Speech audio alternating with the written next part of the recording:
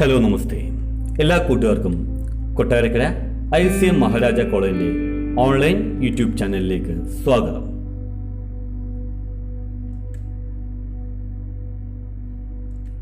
നമ്മൾ ഇന്നിവിടെ പഠിക്കുന്നത് എക്കണോമിക്സിനകത്തെ ക്യാപിറ്റലൈസേഷൻ എന്ന ടോപ്പിക്കുമായി ബന്ധപ്പെട്ട കാര്യങ്ങളാണ്. ഏറ്റവും ആദ്യമായി നമുക്ക് എന്താണ് ക്യാപിറ്റലൈസേഷൻ എന്ന് നോക്കാം. Capitalization refers to the process of determining the amount of finance needed and also the source of finance. അതായത് എത്രത്തോളം രൂപ നമുക്ക് ആവശ്യമായി വരും എന്നുള്ള കാര്യം ഡിറ്റർമിൻ ചെയ്യുകയും അതേപോലെ തന്നെ അത് എവിടെ നിന്നൊക്കെ കൊണ്ടുവരും എന്നുള്ള കാര്യം ഡിറ്റർമിൻ ചെയ്യുകയും ചെയ്യുന്നതിനെ പറഞ്ഞ പേരാണ് ക്യാപിറ്റലൈസേഷൻ. ക്യാപിറ്റലൈസേഷൻ പ്രധാനമായും 3 തരത്തിലാണ്. ഒന്ന് normal capital, 2 over capital, 3 under capital. അതായത് നോർമൽ ക്യാപിറ്റൽ എന്ന് വെച്ച് കഴിഞ്ഞാൽ 100 രൂപ ഇടേണ്ടടുത്ത് നമ്മൾ 100 രൂപ തന്നെ ഇടുകയാണെങ്കിൽ അതിനെ നോർമൽ ക്യാപിറ്റൽ എന്ന് പറയും. ഓവർ ക്യാപിറ്റൽ എന്ന് വെച്ച് കഴിഞ്ഞാൽ 100 രൂപ ഇടേണ്ടടുത്ത് 100 രൂപ ഇടുകയാണെങ്കിൽ അതിനെ ഓവർ ക്യാപിറ്റൽ എന്നും, 100 രൂപ ഇടേണ്ടടുത്ത് 80 രൂപ ഇടുകയാണെങ്കിൽ അതിനെ അണ്ടർ ക്യാപിറ്റൽ അഥവാ അണ്ടർ ക്യാപിറ്റലൈസേഷൻ എന്നും നമ്മൾ പറയും. ഇതിൽ നോർമൽ ക്യാപിറ്റൽ നമ്മളുടെ പാഠ്യഭാഗത്തിൽ ഉള്ളതല്ല, പകരം ഓവർ ക്യാപിറ്റലും അണ്ടർ ക്യാപിറ്റലൈസേഷനുമാണ് നമുക്ക് പഠിക്കാനുള്ളത്. ഏറ്റവും ആദ്യമായി നമ്മൾ നോക്കുന്നത് ഓവർ ക്യാപിറ്റലൈസേഷനെ പറ്റിയാണ്. എന്താണ് ഓവർ ക്യാപിറ്റലൈസേഷൻ എന്ന് നോക്കാം. A company is over capitalised when its earnings are not enough to yield a fair return on the amount of stock and bond that have been issued or when the amount of securities outstanding exceeds the current value of assets. അപ്പോൾ 2 കാര്യങ്ങളെയാണ് നമുക്ക് over capitalisation എന്ന് പറയാൻ പറ്റുന്നത്. ഒന്നെങ്കിൽ നമ്മൾ നിക്ഷേപിച്ചേക്കുന്ന സ്റ്റോക്കിൽ നിന്നും ബോണ്ടിൽ നിന്നും ആവശ്യത്തിന് വരുമാനങ്ങൾ നമുക്ക് കിട്ടുന്നില്ല എങ്കിൽ, അല്ല എങ്കിൽ ഈ സെക്യൂരിറ്റികളെക്കാട്ടിലും അസറ്റുകളുടെ വാല്യൂറ്റേക്കാൾ കൂടുതൽ സെക്യൂരിറ്റികളിൽ നമ്മൾ ഇൻവെസ്റ്റ് ചെയ്തിട്ടുണ്ടെങ്കിൽ, ഓക്കെ, ഈ 2 സാഹചര്യങ്ങളിലെയും നമുക്ക് എന്തെന്ന് പറയാം? ഓവർ ക്യാപിറ്റലൈസേഷൻ എന്ന് പറയാം. ഒന്നും കൂടെ പറയാം. Its earnings are not enough to yield a fair return on the amount of stock and bond that have been issued. നമ്മൾ ഇഷ്യൂ ചെയ്തേക്കുന്ന സ്റ്റോക്കിൽ നിന്നും ബോണ്ടിനും ഫെയർ ആയിട്ടുള്ളൊരു റിട്ടേൺ നമുക്ക് കിട്ടുന്നില്ല എങ്കിൽ, വരുമാനം നമുക്ക് കിട്ടുന്നില്ല എങ്കിൽ, അതായത് 100 രൂപ നമ്മൾ ഇൻവെസ്റ്റ് ചെയ്യുമ്പോൾ നമുക്ക് 10 രൂപയാണ് സാധാരണഗതിയിൽ കിട്ടേണ്ടത് എന്നിരിക്കട്ടെ, പക്ഷേ ഇവിടെ നിന്ന് നമുക്ക് 8 രൂപയെ കിട്ടുന്നുള്ളൂ. അങ്ങനെയാണെങ്കിൽ അത് ഓവർ ക്യാപിറ്റലൈസേഷൻ തന്നെയാണ്. അതേപോലെ അല്ലെങ്കിൽ or when the amount of securities outstanding exceeds the current value of asset. അതായത് അസറ്റിന്റെ മൂല്യത്തെക്കാൾ കൂടുതലായി നമ്മൾ ഷെയറുകളിൽ ഡിബഞ്ചർ ചെയ്തിട്ടുണ്ടെങ്കിൽ, അതായത് 100 രൂപയുടെ ഒരു അസറ്റ് വാങ്ങിക്കുന്നതിന് വേണ്ടി നമുക്ക് 150 രൂപ ചിലവായിട്ടുണ്ട് അല്ലെങ്കിൽ 120 രൂപ ചിലവായിട്ടുണ്ട് എങ്കിൽ അതിനെ നമ്മൾ എന്ന് പറയാം? ഓവർ ക്യാപിറ്റലൈസേഷൻ എന്ന് പറയാം. അപ്പം വളരെ സിമ്പിളായിട്ട് പറയുകയാണെങ്കിൽ, more capital than what is actually in need and it implies improper utilization of fund of the firm. അതായത് ആക്ച്വലി എത്ര ക്യാപിറ്റലാണോ വേണ്ടുന്നത് അതിനേക്കാൾ കൂടുതൽ ക്യാപിറ്റൽ നമ്മൾ ഇൻവെസ്റ്റ് ചെയ്യുകയും അതേപോലെ തന്നെ നമ്മളുടെ ഫണ്ടുകളെ പ്രോപ്പറായിട്ട് നമ്മൾ യൂട്ടിലൈസ് ചെയ്യാതിരിക്കുകയും ചെയ്യുകയാണെങ്കിൽ അതിനെ പറയുന്ന പേരാണ് ഓവർ ക്യാപിറ്റലൈസേഷൻ. ഇനി കോസസ് ഓഫ് ഓവർ ക്യാപിറ്റലൈസേഷൻ. എന്തുകൊണ്ടാണ് ഓവർ ക്യാപിറ്റലൈസേഷൻ ഉണ്ടാകുന്നത്? അപ്പോൾ ഇവിടെ നമ്മൾ ശ്രദ്ധിക്കേണ്ട കാര്യം, നമുക്ക് ആക്ച്വലി വേണ്ടുന്നതിനേക്കാൾ കൂടുതൽ തുക നമ്മൾ ഇൻവെസ്റ്റ് ചെയ്യുകയാണെങ്കിൽ അതിനെ പറഞ്ഞ പേരാണ് ഓവർ ക്യാപിറ്റലൈസേഷൻ. അങ്ങനെയാണെങ്കിൽ നമുക്ക് കിട്ടുന്ന വരുമാനം എന്തായിരിക്കും? കുറവായിരിക്കും. അത് വെച്ചിട്ട് വേണം നമ്മളിത് പഠിക്കാനായിട്ട്. ഒന്ന്, when the promotes over estimate and raise more capital than what is actually needed. എന്താണോ നമുക്ക് ആവശ്യത്തിന് വേണ്ടുന്നത്, ശരിക്കും വേണ്ടുന്നത്, അതിനേക്കാൾ കൂടുതൽ തുക പ്രൊമോട്ടേഴ്സ് എന്ത് ചെയ്യുകയാണ്? റേസ് ചെയ്യുകയാണ്. അതായത് 100 രൂപ ഇൻവെസ്റ്റ് ചെയ്യേണ്ടുന്നിടത്ത് 100 രൂപ കൊടുക്കേണ്ടുന്നിടത്ത് നമ്മൾ 120 രൂപ കൊടുക്കുന്നു. അവിടെ ഓവർ ക്യാപിറ്റലൈസേഷൻ ഉണ്ടാകാം. 2, when the capitalization rate is underestimated. അതായത് ക്യാപിറ്റലൈസേഷൻ റേറ്റ് എത്രയാണ്? Under estimated. ശരിക്കും 10 രൂപ നമുക്ക് കിട്ടേണ്ടുന്നതാണ്, പക്ഷെ നമ്മൾ എക്സ്പെക്ട് ചെയ്തേക്കുന്ന എത്രയാണ്? 8 രൂപയോ അല്ലെങ്കിൽ 5 രൂപയൊക്കെ ആയിരിക്കും. അപ്പോൾ അങ്ങനെയുള്ള ഒരു സാഹചര്യത്തിൽ കൂടുതൽ വരുമാനം കിട്ടുന്നതിന് വേണ്ടി കൂടുതൽ കൊണ്ടുചെന്ന് നമ്മൾ ഇൻവെസ്റ്റ് ചെയ്യും. 3, when the company purchase an existing business for a very high price. അതായത് വളരെ ഉയർന്ന വിലയിൽ നമ്മൾ എന്ത് ചെയ്യാണ്? ഒരു നിലവിലുള്ള ബിസിനസ്സിനെ പർച്ചേസ് ചെയ്യുകയാണ്. അതായത് 150 രൂപ വിലയുള്ള ഒരു ബിസിനസ് അതിനെ നമ്മൾ 175 രൂപയ്ക്ക് വാങ്ങിക്കുകയാണ്. ഓക്കെ, അപ്പോൾ അതാണ് മൂന്നാമെന്ന് പറഞ്ഞിരിക്കുന്നത്. When the company purchase an existing business, company നിലവിലുള്ള ഒരു ബിസിനസ് എന്ത് ചെയ്യുന്നു, വാങ്ങിക്കുന്നു. For a very high price, എന്താണ്, വളരെ വില കൂടിയ നിലയിലാണ് നമ്മളത് വാങ്ങിക്കുന്നത് എങ്കിൽ അതും ഓവർ ക്യാപിറ്റലൈസേഷന് കാരണമാണ്. അടുത്തത്, when the company is floated during the inflationary period or any development activities carried out such A period. Inflationary period, അതായത് പണപ്പെരുപ്പത്തിന്റെ സമയത്ത് നമ്മൾ കമ്പനി ഫ്ലോട്ട് ചെയ്യുകയെന്ന് വെച്ചാൽ കമ്പനി ആരംഭിക്കുകയാണ്, അല്ലെങ്കിൽ കമ്പനിയുടെ വികസന പ്രവർത്തനങ്ങൾ നടത്തുന്നത് പണപ്പെരുപ്പത്തിന്റെ സമയത്താണ്. കാരണം പണപ്പെരുപ്പം എന്ന് വെച്ച് കഴിഞ്ഞാൽ നമുക്കറിയാം 100 രൂപയുടെ സാധനം 110 രൂപയ്ക്കായിരിക്കും നമ്മൾ എന്ത് ചെയ്യുക, വാങ്ങിക്കുക. കാരണം എല്ലാ ആൾക്കാരുടെയും കയ്യിൽ കാശുണ്ട്. ഓക്കെ, അതുമായി ബന്ധപ്പെട്ട കാര്യം ബിസിനസ് സൈക്കിൾ എന്ന തൊട്ടുമുമ്പുള്ള ഒരു വീഡിയോക്കകത്ത് നമ്മൾ അതിനെപ്പറ്റി പറഞ്ഞിട്ടുണ്ട്. ഓക്കെ, അപ്പോൾ അങ്ങനെയാണെങ്കിൽ ഇൻഫ്ലേഷണറി പീരീഡിന്റെ സമയത്ത് ബിസിനസ് ആരംഭിക്കുകയോ അല്ലെങ്കിൽ ബിസിനസ് ഡെവലപ്പ് ചെയ്യുകയോ ചെയ്യുന്നത് എന്തിന് കാരണമാകാം, ഓവർ ക്യാപിറ്റലൈസേഷന് കാരണമാകാം. അടുത്തതായി, when a company does not make sufficient provision for depreciation and replacement, company ചിലപ്പോൾ ആവശ്യത്തിന് ഡിപ്രീസിയേഷൻ പ്രൊവിഷൻ വെച്ചേക്കത്തില്ല, അല്ലെങ്കിൽ റീപ്ലേസ്മെന്റിന് വേണ്ടി ഉണ്ടായിരിക്കുന്ന പ്രൊവിഷൻ, അതായത് അസറ്റുകൾക്ക് ആവശ്യത്തിന് തേയ്മാനം പ്രൊവൈഡ് ചെയ്യണമെന്നില്ല, റീപ്ലേസ്മെന്റിന് വേണ്ടിയുള്ള പ്രൊവിഷനുകൾ മാറ്റിവെക്കണമെന്നില്ല, എങ്കിൽ അവിടെ ഓവർ ക്യാപിറ്റലൈസേഷന് കാരണമാകും. ആറാമത്തത്, when company pays very high remuneration to promoters and spend more for preliminary work, അതായത് കമ്പനിയുടെ പ്രൊമോട്ടേഴ്സിന് വളരെ കൂടുതൽ തുക വരുമാനം അവരുടെ പേയ്മെന്റ് ആയിട്ട്, അവരുടെ ജോലിക്കുള്ള ശമ്പളമായിട്ട് നൽകുന്നു. അതിന്റെ ഭാഗമായിട്ട് അതുപോലെ തന്നെ പ്രിലിമിനറി എക്സ്പെൻസുകളായിട്ട് ഒരുപാട് തുകകൾ എന്ത് ചെയ്യുന്നു, ചെലവാക്കുന്നു എങ്കിൽ അതും ഓവർ ക്യാപിറ്റലൈസേഷന് കാരണമാകുന്നു. ഏഴാമത്, when the company borrowed fund at a very high rate of interest, വളരെ ഉയർന്ന പലിശ നിരക്കിൽ കമ്പനി എന്ത് ചെയ്യാണ്, ലോണുകൾ എടുക്കുകയാണെങ്കിൽ അത് ഓവർ ക്യാപിറ്റലൈസേഷന് കാരണമാകുന്നു. When the demand for the product of the company show A constant decline, അതായത് നമ്മൾ ഉൽപ്പാദിപ്പിക്കുന്ന സാധനങ്ങളുടെ ഡിമാൻഡ് തുടർച്ചയായി താപ്പോട്ട് തന്നെ പോവുകയാണെങ്കിൽ അതും അതും ഓവർ ക്യാപിറ്റലൈസേഷന് കാരണമാണ്. അടുത്ത 9, when the company adopt a liberal dividend policy in order to gain popularity among the stockholders, അതായത് സ്റ്റോക്ക് ഹോൾഡേഴ്സ് നമ്മളുടെ കമ്പനിയുടെ ഷെയറുകൾ വാങ്ങിക്കുന്നതിന് വേണ്ടി, അതിനെ പറഞ്ഞ പേരാണ് പോപ്പുലാരിറ്റി among സ്റ്റോക്ക് ഹോൾഡേഴ്സ്, വാങ്ങിക്കുന്നതിന് വേണ്ടി ലിബറൽ ഡിവിഡൻഡ് പോളിസി, എല്ലാ ആൾക്കാർക്കും നമ്മൾ എന്ത് ചെയ്യാണ്, ഇഷ്ടംപോലെ ലാഭവിഹിതം കൊടുക്കുകയാണെങ്കിൽ അതും എന്തിന് കാരണമാകുന്നു, ഓവർ ക്യാപിറ്റലൈസേഷന് കാരണമാകുന്നു. അടുത്തത് നമ്മൾ വേണ്ടത്, when the taxation rate is very high, നികുതി നിരക്ക് വളരെ ഉയർന്ന നിലയിലാണെങ്കിൽ അതും ഓവർ ക്യാപിറ്റലൈസേഷന് കാരണമാണ്. ഇനി നമ്മൾ നോക്കുന്നത് എഫക്റ്റ് ഓഫ് ഓവർ ക്യാപിറ്റലൈസേഷൻ. ഈ ഓവർ ക്യാപിറ്റലൈസേഷൻ ഉണ്ടാകുകയാണെങ്കിൽ എന്തൊക്കെയാണ് സംഭവിക്കുക? What are the effects of over capitalisation? നമുക്ക് നോക്കാം. ലോസ് ഓഫ് ഗുഡ് വിൽ, സൽപ്പേര് ഇല്ലാതാവും. എങ്ങനെയാണ് നോക്കാം? Not able to yield the adequate return on investors, then the market value of the share is reduced. അതായത് ഞാൻ നേരത്തെ പറഞ്ഞിരുന്നു, ഓവർ ക്യാപിറ്റലൈസേഷൻ ആണെങ്കിൽ നമ്മൾ ഉദ്ദേശിക്കുന്ന ലാഭം കിട്ടണമെന്നില്ല. അങ്ങനെയാണെങ്കിൽ നമ്മുടെ കമ്പനിയിലേക്ക് ഇൻവെസ്റ്റ് ചെയ്തിരിക്കുന്ന വ്യക്തികൾക്ക് ആവശ്യത്തിന് റിട്ടേൺ കൊടുക്കാൻ പറ്റത്തില്ല. അങ്ങനെയാണെങ്കിൽ ഷെയറിന്റെ വാല്യൂ എന്ത് ചെയ്യും? കുറയും. ഷെയറിന്റെ വാല്യൂ കുറഞ്ഞാൽ നമ്മുടെ കമ്പനിയുടെ ഗുഡ് വിൽ ലോസ് ആവും, നഷ്ടമായി പോകും. അടുത്തതാണ് റിഡ്യൂസ്ഡ് ഡിവിഡൻഡ്. കാരണം ലാഭം കുറവായിരിക്കുമല്ലോ, അങ്ങനെയാണെങ്കിൽ നമ്മുടെ ലാഭവിഹിതവും എന്തായിരിക്കും? കുറവായിരിക്കും. Due to low earning capacity, company cannot pay adequate dividend. എന്താണ്? വളരെ കുറച്ച് ഏർണിംഗ് കപ്പാസിറ്റി ഉള്ളത് കൊണ്ട് കമ്പനിക്ക് ആവശ്യത്തിന് ഡിവിഡൻഡ് കൊടുക്കാൻ പറ്റണമെന്നില്ല. അടുത്തത് പ്യുവർ ക്രെഡിറ്റ്വർനെസ്, അതായത് നമുക്ക് കടത്തിന് സാധനമൊന്നും കിട്ടത്തില്ല. Okay, low earnings reduce the repayment capacity and hence such concern has loss creditworthiness. അതായത് നമ്മൾക്ക് വരുമാനം ആവശ്യത്തിനില്ലാത്തത് കൊണ്ട് തന്നെ തിരിച്ചടവും മുടങ്ങുന്നു. അങ്ങനെയാണെങ്കിൽ നമ്മൾക്ക് ക്രെഡിറ്റ്വർനെസ്, അതായത് തിരിച്ചടയ്ക്കുന്ന കപ്പാസിറ്റി നമ്മൾ എന്തായിരിക്കും? വളരെ കുറവായിരിക്കും. അടുത്താണ് high labour turn over. Labour turn over എന്ന് വെച്ചാൽ ആൾക്കാരുടെ പോയി വരികയും ചെയ്തില്ല, എംപ്ലോയീസ് പോവുകയും വരികയും ചെയ്യുന്നതിനെ പറഞ്ഞ പേരാണ് ലേബർ ടേൺ ഓവർ. അത് കൂടുതലായിരിക്കും. നോക്കാം. And over capitalised company cannot give adequate remuneration to the workers. അതായത് ഓവർ ക്യാപിറ്റലൈസ്ഡ് ആയിട്ടുള്ള കമ്പനിക്ക് ആവശ്യത്തിന് ശമ്പളം ലേബേഴ്സിന് കൊടുക്കാൻ പറ്റണമെന്നില്ല, കാരണം അവർക്ക് ലാഭം കുറവാണ്. This may cause discontentment among the workers and labour turnover increase. Okay, ഇത് കാരണം എന്താണ്? ഈ ഡിസ്കണ്ടിന്യൂ ചെയ്യും. എംപ്ലോയീസ് എന്ത് ചെയ്യും? ഞങ്ങൾക്ക് ശമ്പളം ഇല്ലല്ലോ, ഞങ്ങൾ പിരിഞ്ഞു പോവുകയാണെന്ന് പറഞ്ഞുകൊണ്ട് പോകും. അതിന്റെ ഭാഗമായി ലേബർ ടേൺ ഓവർ എന്ത് ചെയ്യും? ഇൻക്രീസ് ചെയ്യുകയും ചെയ്യും. ഹൈ കോസ്റ്റ് ഓഫ് പ്രൊഡക്ഷൻ, ഉയർന്ന ഉൽപ്പാദന ചെലവ്. എങ്ങനെയാണെന്ന് നോക്കാം. പുവർ ക്രെഡിറ്റ് വർണേഴ്സ് ഇൻക്രീസ് കോസ്റ്റ്, അതായത് നമുക്ക് ആവശ്യത്തിന് കാശൊന്നും കിട്ടാത്തത് കൊണ്ട് നമുക്ക് കൂടിയ പലിശയ്ക്കൊക്കെ നമ്മൾ എന്ത് ചെയ്യേണ്ടി വരും, കാശ് എടുക്കേണ്ടി വരും. അതിൻ്റെ കൂട്ട് നമുക്ക് കടത്തിന് സാധനം കിട്ടണമെന്നില്ല. അങ്ങനെയാണെങ്കിൽ നമ്മുടെ ചിലവ് എന്ത് ചെയ്യും, കൂടും.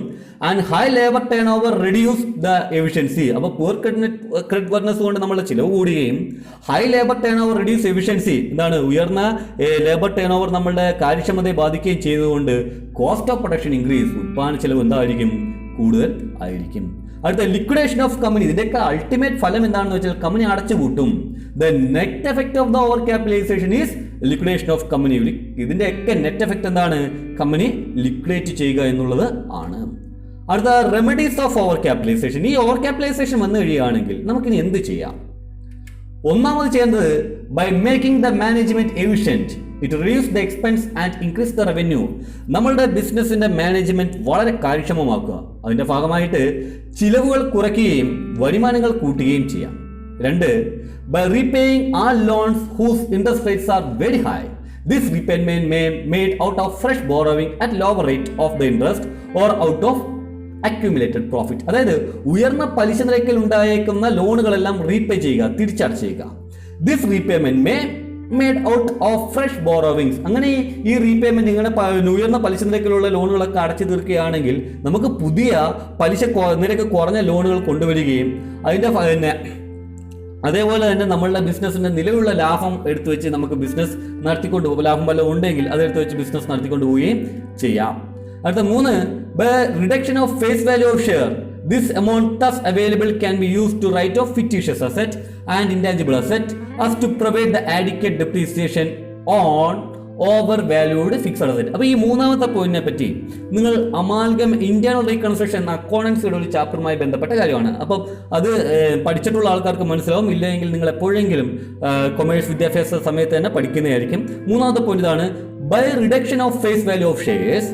ഷെയറുകളുടെ മുഖവില കുറയ്ക്കുന്നത് കൊണ്ട് കുറയ്ക്കുക. ഓക്കെ, അങ്ങനെ the amount thus available can be use to write off the fictitious asset.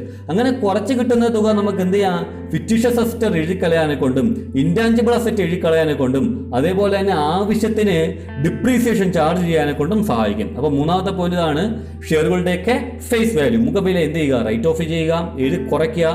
അങ്ങനെയാണെങ്കിൽ നമുക്ക് ഫിക്റ്റീഷ്യസ് അസറ്റ് റൈറ്റ് ഓഫ് ചെയ്യാം, ഇൻടാഞ്ചിബിൾ അസറ്റ് റൈറ്റ് ഓഫ് ചെയ്യാം, അതേപോലെ തന്നെ ഫിക്സഡ് അസറ്റുകൾക്ക് ആവശ്യത്തിന് ഡിപ്രീസിയേഷൻ പ്രൊവൈഡ് ചെയ്യുകയും ചെയ്യാം. 4, by the redemption of debenture bearing high rate of interest. ഉയർന്ന പലിശ നിരക്കുള്ള കടപ്പത്രങ്ങൾ തിരിച്ചു വാങ്ങിക്കുക. റിഡംഷൻ എന്ന് വെച്ചാൽ തിരിച്ചു വാങ്ങിക്കുക. 5, by redemption of preference shares having high rate of dividend.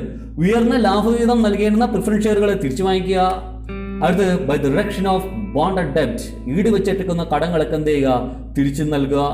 അടുത്ത് by the reduction of number of equity ഷെയർസിന്റെ എണ്ണത്തിൽ കുറവുണ്ടാക്കുക.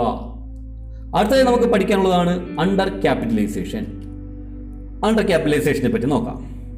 A company may be under capitalised when the rate of profit it's making on the total capital is exceptionally high in relation to the return enjoyed by the similar companies in the same industry, or when it has too little capital with which they conduct the business. നമുക്ക് നോക്കാം.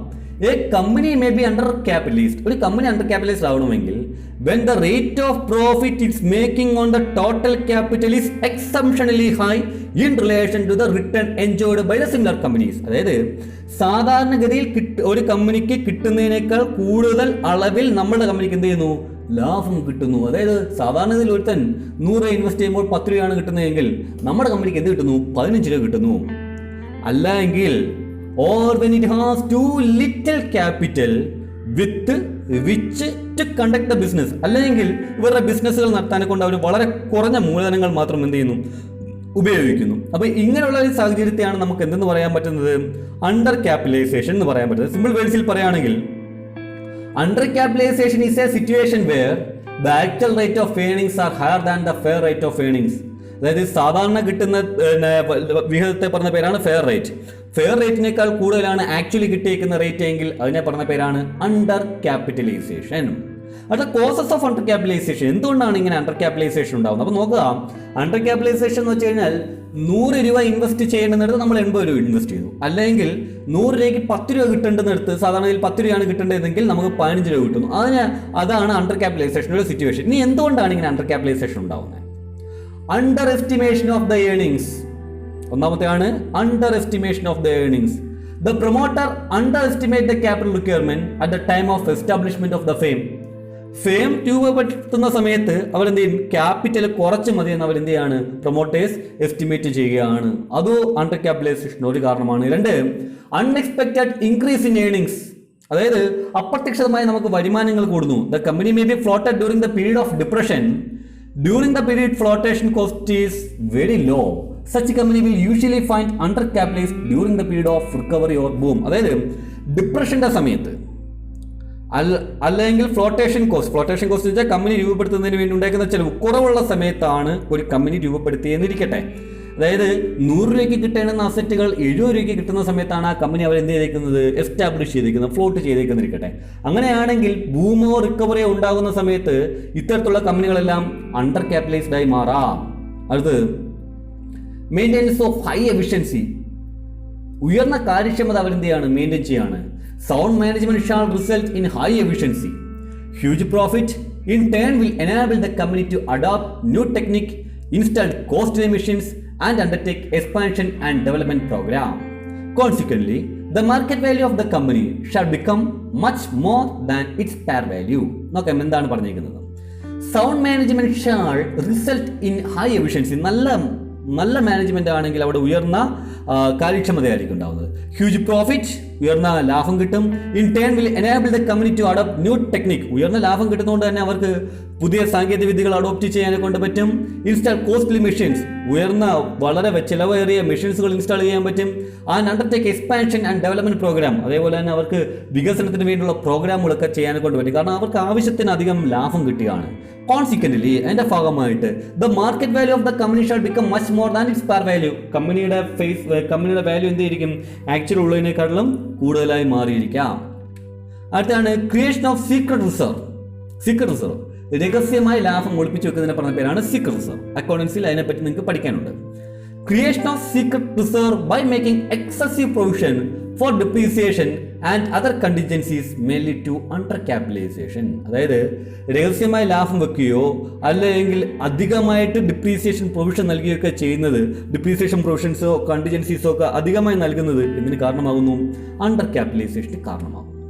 അടുത്തതാണ് Conservatives dividend policy. Conservatives dividend policy എന്ന് വെച്ചാൽ dividend ഒക്കെ ഇതിനെ പിടിച്ചു വെച്ച് കൊടുക്കുകയാണ്. The company follow Conservatives dividend policy and retain as a sizable portion of the profit in every year. Such accumulated profit will increase the real value of market value of the company than its par value. അതായത് കമ്പനിക്ക് കിട്ടുന്ന ലാഭങ്ങളെല്ലാം അവരെന്ത് ചെയ്യുന്നില്ല? നൽകുന്നില്ല. അവർ കുറേയൊക്കെ തുകകളെല്ലാം ലാഭങ്ങളെല്ലാം എന്ത് ചെയ്യുന്നു? പിടിച്ചു വെച്ചിട്ട് വളരെ കുറച്ച് തുക മാത്രം ലാഭമായിട്ട് കൊടുക്കുകയാണെങ്കിൽ, ആ കമ്പനിയുടെ ലാഭവിഹിതമായി കൊടുക്കുകയാണെങ്കിൽ ആ കമ്പനിയുടെ മാറ്റി വെച്ചേക്കുന്ന ലാഭം, that is reserves and surplus കൂടും. അങ്ങനെയാണെങ്കിൽ കമ്പനിയുടെ മാർക്കറ്റ് വാല്യൂ എന്ത് ചെയ്യും? മാർക്കറ്റ് വാല്യൂ മീൻസ് കമ്പനിയുടെ ഷെയറിന്റെ വാല്യൂ എന്ത് ചെയ്യും? ഓട്ടോമാറ്റിക്കലി കൂടും. അതാണ് എഫക്റ്റ് ഓഫ് അണ്ടർ ക്യാപിറ്റലൈസേഷൻ. അടുത്തത് നമ്മൾ നോക്കാൻ പോകുന്നത് എഫക്റ്റ് ഓഫ് അണ്ടർ ക്യാപിറ്റലൈസേഷൻ. ഒന്ന്, high profitability increase high market value. ഉയർന്ന ലാഭം നമ്മുടെ കമ്പനികളുടെ ഷെയറിൻ്റെ മൂല്യം കൂട്ടുന്നതിന് കാരണമാകും. Tendency to manipulate the market value of shares by the management using secret reserve.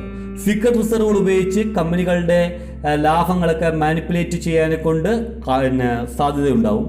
അടുത്ത loss of creditworthiness due to over trading നടത്തുന്നതിൻ്റെ ഭാഗമായി ചിലപ്പോൾ നമ്മുടെ കമ്പനിയുടെ ക്രെഡിറ്റ് വർനെസ്സിനെ അത് ബാധിക്കാം. അടുത്ത initiate more competition in the market as the rate of earnings are high. ഒരുപാട് ലാഭം കിട്ടുന്നത് കൊണ്ട് തന്നെ ചിലപ്പോൾ നമുക്ക് മാർക്കറ്റിൽ നിന്നും ഒരുപാട് തരത്തിലുള്ള കോമ്പറ്റീഷൻ, മത്സരങ്ങൾ പ്രതീക്ഷിക്കാം. Causes labour unrest as they tend to demand more. അതായത് ജോലിക്കാരെല്ലാം എപ്പോഴും ഞാൻ ജോലി ചെയ്തുകൊണ്ട് നിൽക്കുന്നതുകൊണ്ട് തന്നെ അവർ കൂടുതൽ കാശ് ചോദിക്കാനുള്ള സാധ്യതയുണ്ട്. അത് നമുക്ക് നോക്കാം. Remedies of under capitalisation. Under ക്യാപിറ്റലൈസേഷൻ്റെ റെമഡീസ്: ഒന്ന്, splitting up of share in order to decrease the rate of earning per share. ഷെയറിന്റെ ഫേസ് വാല്യൂകൾ എന്ത് ചെയ്യുക? സ്പ്ലിറ്റ് അപ്പ് ചെയ്യുക. അതായത് നേരത്തെ 10 രൂപ ഉണ്ടായിരുന്ന ഒരു ഷെയർ ആണെങ്കിൽ ഇപ്പോൾ അതിനെ 10 രൂപ 5 രൂപയുടെ 2 ഷെയറുകളായിട്ട് എന്ത് ചെയ്യുക? സ്പ്ലിറ്റ് അപ്പ് ചെയ്യുക. അങ്ങനെയാണെങ്കിൽ ഏർണിംഗ് പെർ ഷെയർ എന്ത് ചെയ്യാനെ കൊണ്ട് പറ്റും? കുറയ്ക്കാനെ കൊണ്ട് പറ്റും. Increase the par value of equity share by reversing upward the value of asset. അസറ്റുകളുടെ മൂല്യങ്ങളൊക്കെ അപ്വേർഡ് ചെയ്തുകൊണ്ട് കമ്പനിയുടെ പാർ വാല്യൂ, ഫേസ് വാല്യൂ എന്ത് ചെയ്യുക? ഈ ഷെയറിന്റെ ഫേസ് വാല്യൂ എന്ത് ചെയ്യുക? ഇൻക്രീസ് ചെയ്യിപ്പിക്കുക. 3, capitalising the retained earnings by issue of bonus shares. Retained earnings എന്ന് വെച്ചാൽ ലാഭങ്ങൾ ഓൾറെഡി അവിടെ കിടക്കുന്നതിനാണ് പിന്നെ റീറ്റേൺ ഏണിങ്സ് എന്ന് പറഞ്ഞാൽ general reserve, profit and loss account തുടങ്ങിയവ. അതിനൊക്കെ എന്ത് ചെയ്യുക, ക്യാപിറ്റലൈസ് ചെയ്യുക. എങ്ങനെയാണ്? By issuing bonus share. Bonus ഷെയറുകൾ ഇഷ്യൂ ചെയ്ത് അതിനെ ക്യാപിറ്റലായിട്ട് മാറ്റുക. അടുത്ത, where under capitalisation is due to inadequate capital, more shares and debentures may be issued to the public. അതായത് ആവശ്യത്തിന് ക്യാപിറ്റൽ ഇല്ലാത്തത് കൊണ്ടാണ് അണ്ടർ ക്യാപിറ്റലൈസേഷൻ ഉണ്ടായിരിക്കുന്നത് എങ്കിൽ കുറേയധികം തുകകൾ ഡിബഞ്ചറുകളിലേക്കും ഷെയറുകളിലേക്കും ഇഷ്യൂ ചെയ്യുക. അപ്പോൾ ഇത്രയും കാര്യങ്ങളാണ് ക്യാപിറ്റലൈസേഷൻ എന്ന ചാപ്റ്ററുമായി ബന്ധപ്പെട്ട് നമുക്ക് പഠിക്കാൻ കൊണ്ടുള്ളത്. നിങ്ങൾക്ക് ഈ ക്ലാസ്സുകൾ ഇഷ്ടമായിട്ടുണ്ടെങ്കിൽ ലൈക്ക് ചെയ്യുക, കൂട്ടുകാരിലേക്ക് ഷെയർ ചെയ്യുക. തുടർന്നും ക്ലാസ്സുകൾ ലഭിക്കുന്നതിന് വേണ്ടി നിങ്ങൾ ഈ ചാനൽ സബ്സ്ക്രൈബ് ചെയ്യുക. അപ്പോൾ ഈ ക്ലാസ്സുകൾ കേട്ടിരുന്ന എല്ലാ കൂട്ടുകാർക്കും കൊട്ടാരക്കര ICM മഹാരാജ കോളേജിൻ്റെ എല്ലാ വിധത്തിലുള്ള വിജയാശംസകളും